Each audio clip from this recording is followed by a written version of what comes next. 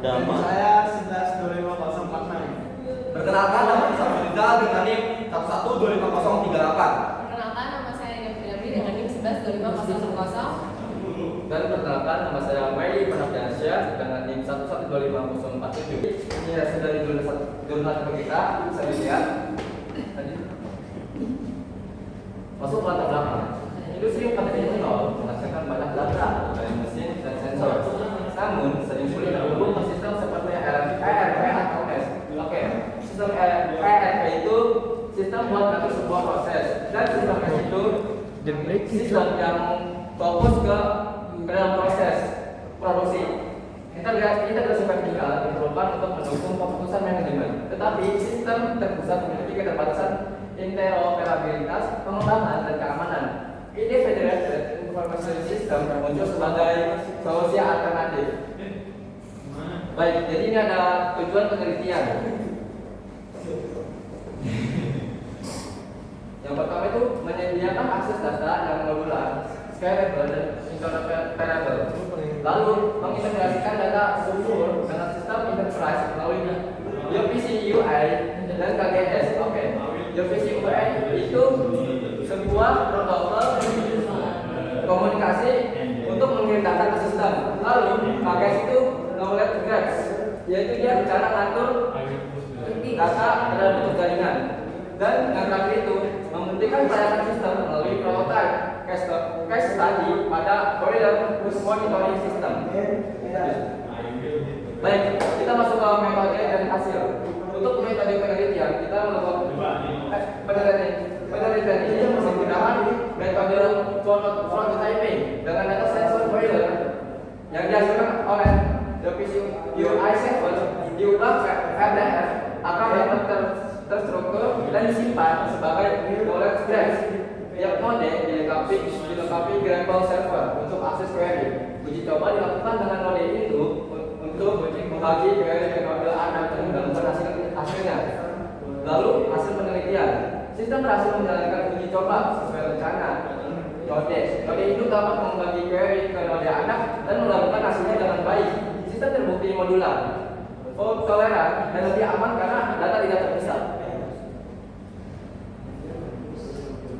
Lalu untuk penutupnya, sini ada diskusi serta kesimpulan.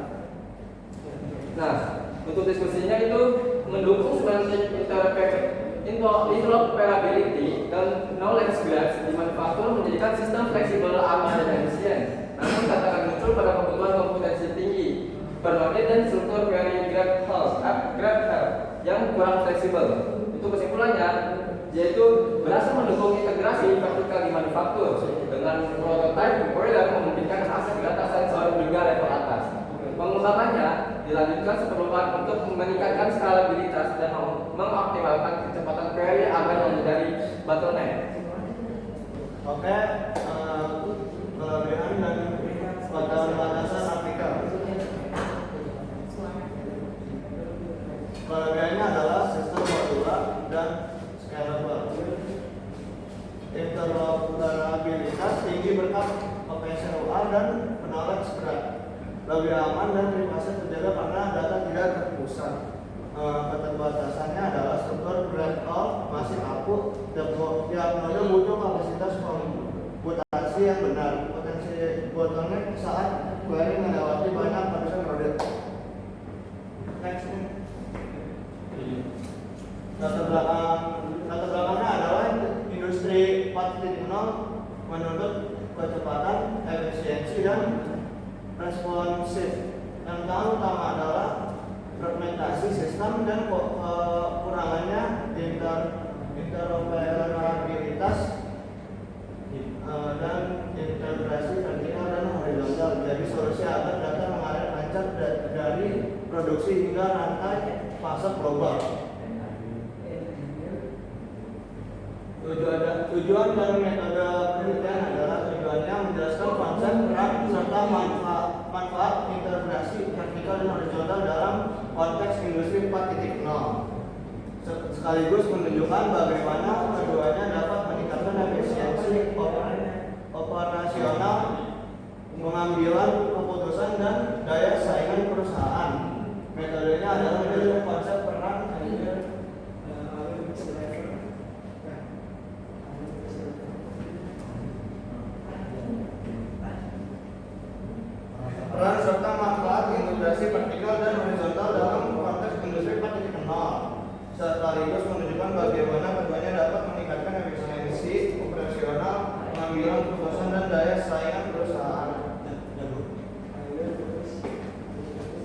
Lanjut, di sini ada hasil penelitiannya, di mana yang pertama dari integrasi vertikal memungkinkan komunikasi dan aliran data dari software hingga ERP. Yang kedua ada integrasi horizontal menghubungkan perusahaan dalam rantai pasok, mendukung kolaborasi lintas organisasi. Yang ketiga, keduanya bersifat saling melengkapi. Tanpa integrasi simultan, misi pabrik cerdas sudah dapat tercapai. Lanjut. Oke, di sini saya bahas hasil diskusi dan kesimpulannya. Hasil diskusi di sini ada integrasi vertikal dan horizontal adalah strategi bisnis, bukan sekedar teknologi. Penelitian menegaskan pentingnya interoperabilitas digital, interoperabilitas digital twin dan standar terbuka. Tanpa integrasi, perusahaan bisa kalah bersaing di pasar global. Industri 4.0 melibatkan teknologi, keterampilan, dan pengetahuan untuk menciptakan sistem mandiri dan efisien. Perusahaan perlu memahami cara kerja baru, mempersiapkan teknologi, dan melakukan evaluasi untuk menemukan kelemahan serta peluang. Studi kasus di berbagai sektor akan menghasilkan laporan global yang mendorong investasi dan meningkatkan proses. Kelebihan dan keterbatasan. Untuk kelebihannya itu memberikan tinjauan menyeluruh tentang integrasi vertikal dan horizontal. Yang kedua, menyajikan hubungan langsung antara teori, standar, dan praktik industri. Yang ketiga, menjadi dasar teoritis yang kuat untuk penelitian lanjutan. Selanjutnya ada keterbatasan. Keterbatasan itu yang pertama, tidak ada data empiris atau studi kasus yang nyata diuji secara langsung. Yang kedua, lebih bersifat konseptual daripada praktik. Yang ketiga, kurang membahas aspek biaya dan tantangan implementasi di dunia nyata. Lanjut. Di sini ada sumber 3. Yang pertama judul artikel itu The Impact of Horizontal and Vertical System Integration and Quality 4.0, di mana penulis itu ada Alexander Jovicic, Marija Sapkowski, Miladen Stefanovicic, Ivan Magistrik, Nastasia Dirkicic, di mana tahun ini resmi dibuat tahun 2023. Nama jurnalnya itu International Journal of Quality Research atau Quality Festival 2023. Lanjut. Dan terakhir yang saya bahas itu latar belakang. Industri 4.0 menuntut transformasi digital pada manajemen kualitas. Penelitian tentang kaitan quality 4.0 dengan integrasi horizontal dan vertikal masih jarang. Padahal keduanya penting untuk efisiensi, kolaborasi, dan daya saing. Oke, selanjutnya saya akan membahas tentang tujuan dan metode. Yang pertama ada tujuannya dulu ya. Tujuannya yaitu meninjau literatur terkait hubungan antara Quality 4.0 dengan integrasi sistem horizontal dan vertikal, serta mengidentifikasi keuntungan, tantangan, dan solusi penerapan konsep tersebut dalam era industri 4.0.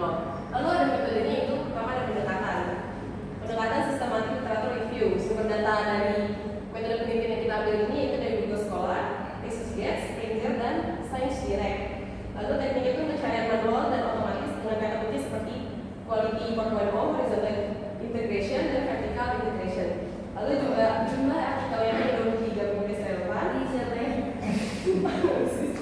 Penyusunan tabel berisi tantangan, solusi serta manfaat dari integrasi sistem pada Quality 4.0. Oke, di sini ada hasil penelitiannya, ada manfaat, tantangan, dan solusinya. Kita akan bahas manfaatnya dulu. Manfaatnya itu dari integrasi peningkatan kualitas, efisiensi, produktivitas, kolaborasi, transparansi, serta pengambilan keputusan berbasis data. Itu manfaat yang kita ambil dari sistem integrasi horizontal. Lalu ada tantangan dari sistem integrasinya, itu pengelolaan big data, biaya tinggi, eksistensi budaya organisasi, dan keamanan data. Lalu selain ada tantangan, masih ada solusi di balik itu semua. Apa sih solusinya? Solusinya itu penerapan IoT, cloud computing, blockchain, penguatan platform IT, serta membentukkan tim lintas fungsi. Oke, di sini kita akan membahas tentang hasil diskusi yang sudah kami diskusikan di kelompok. Integrasi horizontal dan vertikal saling melengkapi untuk mendukung Quality 4.0. Teknologi seperti AI, machine learning, dan cloud meningkatkan efektivitas, tapi butuh biaya besar dan perubahan budaya di dalam organisasi. Oke, kita masuk ke kesimpulan. Kesimpulan dari resume jurnal legal ini adalah Quality 4.0 perlu strategi integritas sistem yang tepat, integrasi horizontal dan vertikal meningkatkan kualitas, efisiensi, dan daya saing. Tetapi hambatan seperti biaya, budaya organisasi, dan teknologi baru masih perlu diteliti lebih lanjut. Dan yang terakhir ini kita ada kelebihan dan keterbatasan dari artikel. Kelebihannya yaitu memberikan kajian komprehensif mengenai hubungan politik 4.0 dengan integrasi sistem. Yang kedua, menyajikan tabel ringkas mengenai tantangan, solusi, dan manfaat. Dan yang ketiga itu ada fokus pada gap penelitian yang masih minim dibahas. Lalu kita bahas keterbatasan. Keterbatasannya apa sih? Hanya berbasis tinggal literatur tanpa ada data analisis dari lapangannya. Tidak menyertakan studi kasus nyata dan doi itu tidak tersedia sehingga kecelakaan publikasi masih terbatas. Sekian dari kelompok kami.